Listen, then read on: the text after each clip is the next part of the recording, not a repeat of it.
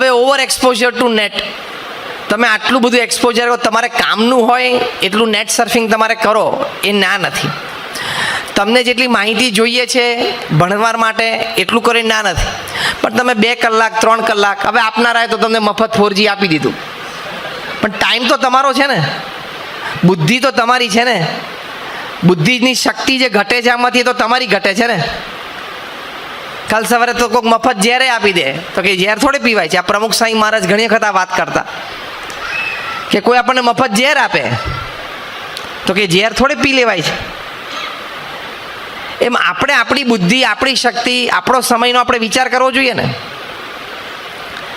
અને તમે એમ ના માનતા કે તમે ગ્રેજ્યુએટ થયા, BCom થયા, MBA થયા એ તમારી માટે દુનિયા સહેલી છે.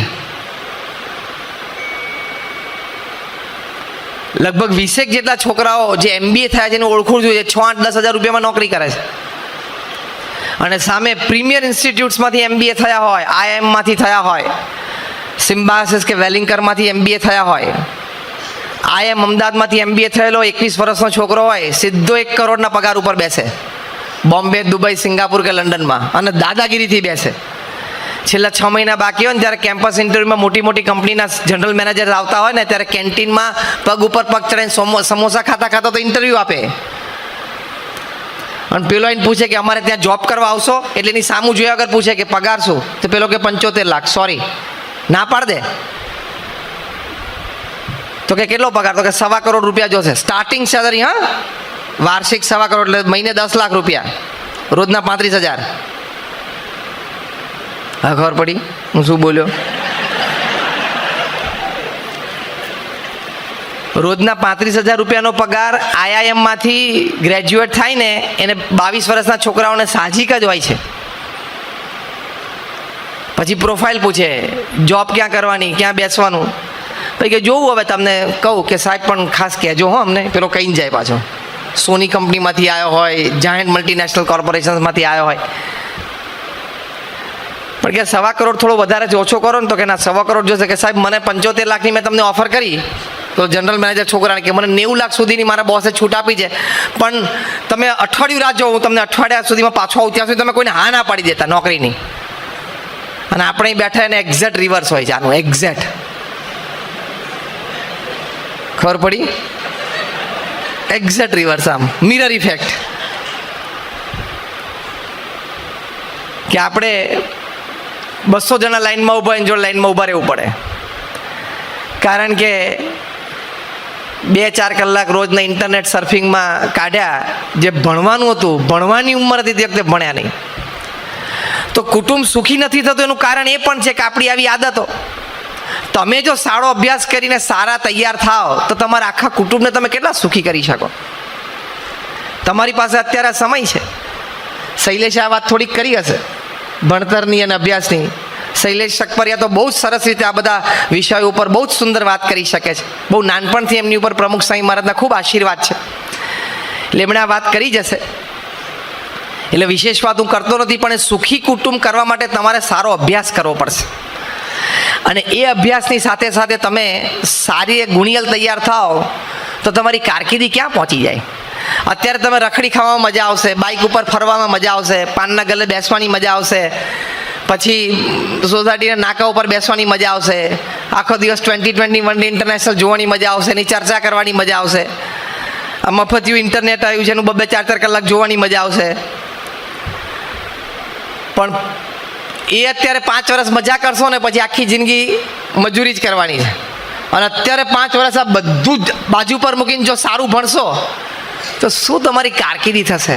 તમે એવા લોકોને મળ્યા નથી ને એટલે તમને આ વિઝન ખુલ્યું નથી. ત્યાં પૂનામાં અમારા એક મિત્ર છે, એ અમે 2008ની સાલમાં એક કાર્યક્રમમાં એટલે ભેગા થયા, પછી પરિચય થયો. સાહજિક વાર્તાલાપમાં એકબીજાના વિચારો સારા મળ્યા એટલે અમે સારા મિત્ર થયા. એ વ્યક્તિ ભારતમાં એક જ એવી વ્યક્તિ છે કે જે CA, CS અને MBA ત્રણેયમાં ગોલ્ડ મેડલ છે. He is a gold medalist as a CA, CS and MBA.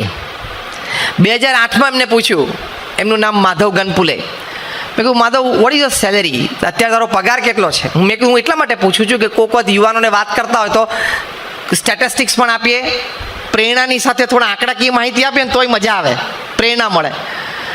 તો કે સ્વામી અત્યારે મારો સેલેરી છે 8 કરોડ, વર્ષે 8 કરોડનો પગાર, એટલે મહિને 65 લાખ, રોજના 2 લાખ રૂપિયાનો પગાર. ખબર પડી હું શું બોલું છું? કે બપોરિયા પછી બધી છાસ બાસ પીધી તે બધું એમને ટાટકમાં જાય છે. He earns a salary of 2 lakh rupees per day. રોજનો 2 lakh રૂપિયાનો એનો પગાર છે, મહિને એનો 65 લાખ રૂપિયાનો, વર્ષે 8 કરોડ. હમણાં થોડા બે મહિના પહેલાં એમનો જન્મદિવસ, એટલે મેં વળી વિશ કર્યું. સવારે 10 સાડા 10 થઈ ગયા, એટલે મેં મેસેજ મૂક્યો, કદાચ ઓફિસમાં બેઠા હોય ને ડિસ્ટર્બ થાય હું ફોન કરું તો, એટલે મેં મેસેજ હેપી બર્થડેનો મૂક્યો એને. તેનો તરત ફોન આવ્યો કે સ્વામી હું તો ગાડીમાં જ છું, ટ્રાવેલિંગ કરું છું, આજે કલાક જરા મોડો છું ઓફિસ જવામાં, એટલે આપણે ઘણા વખત વાત નથી થઈ, એટલે મેં કહ્યું ફોન કરું. એટલે મેં કહ્યું સારું. મેં કહ્યું મેં એટલે કર્યો નહીં, મેં કહ્યું તમે ઓફિસ હશો? તો કે ના. પછી કમ્ફર્ટેબલી વાત થઈ. પછી મેં કહ્યું માધવ વેર હેવ યુ રીચ્ડ? તો મને કે બસ હવે ઓફિસથી 10 મિનિટ દૂર છું. મેં કહ્યું એ નથી પૂછતો, પગારમાં ક્યાં પહોંચ્યો હું એ પૂછું છું. તો મને કે 20 કરોડ. અત્યારે એનો પગાર છે 20 કરોડ રૂપિયા વર્ષે, એટલે લગભગ મહિને 1.5 કરોડ, એટલે લગભગ રોજનો 5.25 લાખ રૂપિયાનો પગાર છે એનો, રોજનો. હા, જાગ્રત અવસ્થામાં બોલું છું. તમને એમ થાય કે આ બધું ગપ્પા મારે જેવું નથી. Per day his salary is 5,25,000 rupees. વર્ષેનો 20 કરોડ રૂપિયાનો પગાર છે, એટલે રોજનો 5 લાખ રૂપિયાનો પગાર થાય. મેં કહું માધવ તો તું તારી કંપનીમાં ટોપ પર રહીશ નહીં, કારણ કે બહુ મોટી giant American multinational company south east એશિયાના હેડ છે, અને is entitle to a private jet. એને ક્યાંક પૂનાથી બહાર જવું હોય, સિંગાપુર જવું હોય, સિડની, કારણ કે આખા સાઉથ ઇસ્ટ એશિયા સંભાળતા હોય, અને કોઈક વખત એને પ્રતિકૂળતા હોય એવા કામમાં એ કમર્શિયલ એરલાઇન પકડી ના શકે, તેને સેક્રેટરીને કહી દે એટલે ફોન કરી દે તો ચાર્ટર ફ્લાઇટ એની માટે બુક થઈ જાય, અને પૂનાથી સિંગાપુર, પૂનાથી ઓસ્ટ્રેલિયા ચાર્ટર ફ્લાઇટમાં પણ એકલા જઈ શકે. કંપની એનું 30, 40, 50 લાખનું પેમેન્ટ તરત કરી નાખે, એટલી એની પાસે સત્તા છે. તો મેં એને પૂછ્યું you must be at the top ને, તું અત્યારે સૌથી પગારમાં તારી કંપનીમાં નંબર 1 આવીશ? મને કે ના, હું તો 7મા નંબરે છું, પગારની દ્રષ્ટિએ મારો 7મો નંબર છે. હું my God, who is at the top? તો કે અમારો વર્લ્ડ CEO બેસે છે દુબઈમાં, એ નંબર 1 છે પગારમાં. મેં કહ્યું એનો પગાર કેટલો છે? તો કે 180 કરોડ રૂપિયા વર્ષે. આવી 10 વર્ષ નોકરી કરી હોત મજા આવી જાય કે નહીં? હસો છો પણ એવી મહેનત કરવી પડે. પછી કે આજે તો આખો દિવસ સેમિનારમાં 2 પ્રવચન સાંભળવાની એટલું બધું મગજ થાકી ગયું છે ને, જીઓ ખોલ કે એમાં કશું નહીં થાય, એમાં તારું કશું નહીં વળે, એમાં તારે 10,000ની નોકરી જ કરવાની છે, 8,000ની 6,000ની, બાકી તારું કંઈ નથી થવાનું એમાં. 180 કરોડનો પગાર વર્ષે, એટલે મહિને 15 કરોડ, રોજનો 50 લાખ રૂપિયાનો પગાર, 50 લાખ રૂપીઝ પર ડે. ખબર પડે છે ને શું આંકડા બોલું છું? રોજનો 50 લાખ રૂપિયાનો પગાર. આ વાત તમે કોઈ દિવસ પહેલા સાંભળેલી? આમ હા કે નામ ટ્રુથફુલી કહો તો. આ તો હજી મેં નાની વાતો કરી છે, હજી મોટી તો બહુ બાકી છે. આ તો હું જેને પર્સનલી મળ્યો છું, મેં એને રૂબરૂ જોયા છે, અને મારા મિત્ર છે એની હું વાત કરું છું કે એનો રોજનો 50 લાખ રૂપિયાનો પગાર. તમે ઇમેજિન તો કરો, રોજનો 50 લાખ રૂપિયાનો પગાર, એટલે વ્યક્તિ, એની બુદ્ધિ શક્તિ, એનું ભણતર, એ જે કામ કરતા હશે, જે લેવલે નિર્ણયો લેતા હશે, જે લેવલના લોકોને મળતા હશે.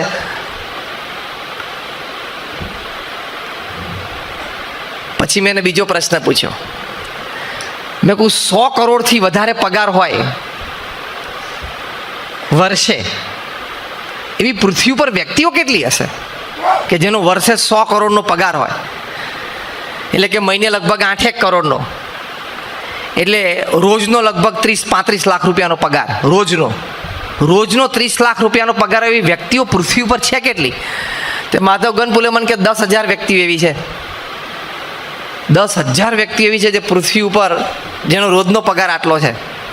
હવે દુનિયામાં સૌથી મોટો પગારદાર વ્યક્તિ છે ને ઓરેકલ કંપનીના CEO છે લેરી એલિસન. તમે નેટ ઉપર હવે પેલું જે ખોલો ને હાંજ પડે એમાં ઓરેકલ નાખજો. ઓરેકલ કંઈક આવી વસ્તુ શોધો ને તો કંઈક પ્રેરણા મળે. ઓરેકલ સોફ્ટવેર કંપની છે એ નાખજો ને એના CEO છે લેરી એલિસન. એની પ્રોફાઇલ તમે જોજો, એનો પગાર તમે જોજો. લગભગ 300 થી 400 મિલિયન ડોલરની એવરેજ છે છેલ્લા 10-12 વર્ષની એની.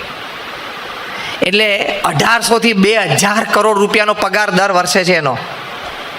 ખબર પડી હું શું આંકડો બોલ્યો? એના 10 વર્ષ તો ખાલી પગાર ભેગા કરે ને તો આ તમારું અડધું સાબરકાંઠા ને બનાસકાંઠા બધું ખરીદી લે. 2000 કરોડ રૂપિયાનો વાર્ષિક પગાર છે. 365 દિવસે 400 દિવસ ગણો ધારો કે, તો 400 અને આ બાજુ 2000 કરોડ. રોજનો 5 કરોડ રૂપિયાનો પગાર રોજ, પર ડે. સાંજે 5 વાગે એટલે 5 કરોડ.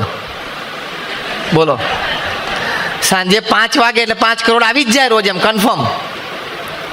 શું કામ કરતા હશે લોકો, શું અભ્યાસ કર્યો હશે. અને હવે તમારો વિચાર કરો, 500 જણાની લાઈનમાં તમે ઉભા રહો કે હવે આ 6000 રૂપિયા નોકરી ગોઠવાઈ જાય જો મહિને તો ગંગનાયા. તો શું તને કરવાનો, પણ ચાંદલા કરવાના જ તને. એટલે આપણે આપણા કુટુંબને જો સુખી કરવું હોય તો તમે બધા યુવાનો અહીંયા બેઠા છો, ખૂબ સારો અભ્યાસ કરજો. 10-10, 12-12, 14-14 કલાક તમે ભણો. અને ભણીને તમારી પાસે તાકાતવાળી ડિગ્રી હશે ને તો દુનિયા ઝૂકી જશે તમારી પાસે. આ માધવ ગણપુલે મને વાત કરી, મેં કહ્યું કે તારી ઇમરજન્સી ફોન કોના આવે? કારણ કે આપણે તો આવા વ્યક્તિમાં એટલે ઇન્ટરેસ્ટ કે વાત કરીને માર્ગદર્શનને પ્રેરણા આપી શકીએ. તેણે મને કીધું કે સ્વામી, ભારતના જે ટોપ 25 બિઝનેસમેન છે ને, ઇન્ક્લુડિંગ અંબાનીઝ, એને પણ ટેક્સેશનમાં, ઇન્કમ ટેક્સમાં, લીગલી કંઈક મોટો ઇસ્યુ આવે ને મને પર્સનલી ફોન કરે. અને એ જે પર્સનલ ફોન આવે એમાં જે સલાહ જે આપે ને એ સલાહની કિંમત બહુ જ જુદી થઈ જાય. હા, એ જે 2 મિનિટની 5 મિનિટની સલાહ આપે ને, અગત્યનો કાયદો બતાવે ને, એની કિંમત કરોડો રૂપિયા ચાર્જ કરે. કિંમત એની જ છે ને. બુદ્ધિ જો તમારા બાપની હશે, એટલે કે તમે ખૂબ સારું ભણ્યા હશો, તો તમે જ્યાં જશો ત્યાં તમે રાજા છો. તમે જ્યાં જશો ત્યાં દુનિયા તમારી ચરણોમાં ઝૂકી જશે. અને અત્યારે તમે બધા યુવાનો બેઠા સારું અભ્યાસ નહીં કરો, રખડી ખાશો, આનંદ કરશો. અને જેને તમે જોવો છો સ્ક્રીન ઉપર કે મફત ઇન્ટરનેટમાં બધે જોવો છો, એ બધા એક કક્ષા એમને એમ નથી પહોંચ્યા.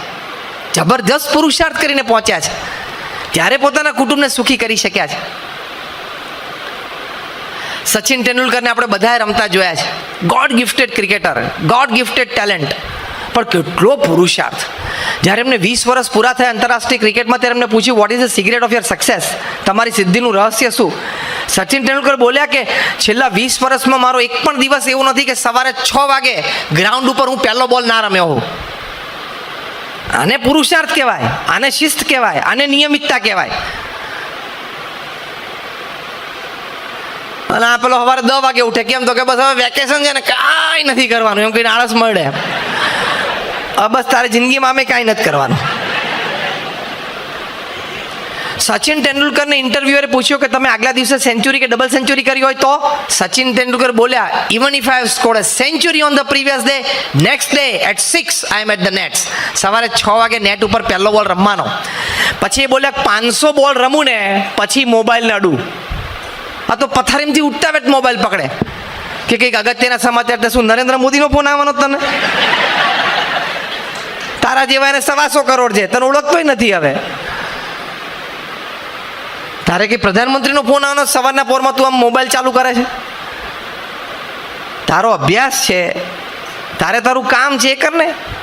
એ વ્યક્તિ પ્રધાનમંત્રી તરીકે જો સવારથી રાત સુધી કેટલા કાર્યરત રહે છે અને કેવા કામ કરે છે, તો દરેક છે, સચિન તેંડુલકર હોય કે બીજા કોઈ પણ ક્ષેત્રમાં જે આગળ વધ્યા હોય, જબરદસ્ત પુરુષાર્થ કરે છે. તો તમે સારો અભ્યાસ કરી, સારી ડિગ્રી પ્રાપ્ત કરી, સારી કારકિર્દી બનાવી અને તમારા કુટુંબને તમે સુખી કરી શકો છો, તને, મને, ધને, સર્વ પ્રકારે. અને હજી બાજી તમારા હાથમાં છે. અહીંયા અભ્યાસ કરતા કેટલા યુવાનો બેઠા છે? આંગળી ઊંચી કરો. હા, કેટલા લગભગ બેસનારા બધા 90%.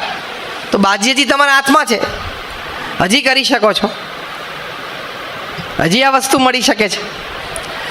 તો એ રીતે આપણે થોડોક પ્રયત્ન કરવાનો, તો આપણું કુટુંબને આપણે ખૂબ સુખી બનાવી શકીએ. હવે આ યુવાનો લક્ષી બધી વાત થઈ.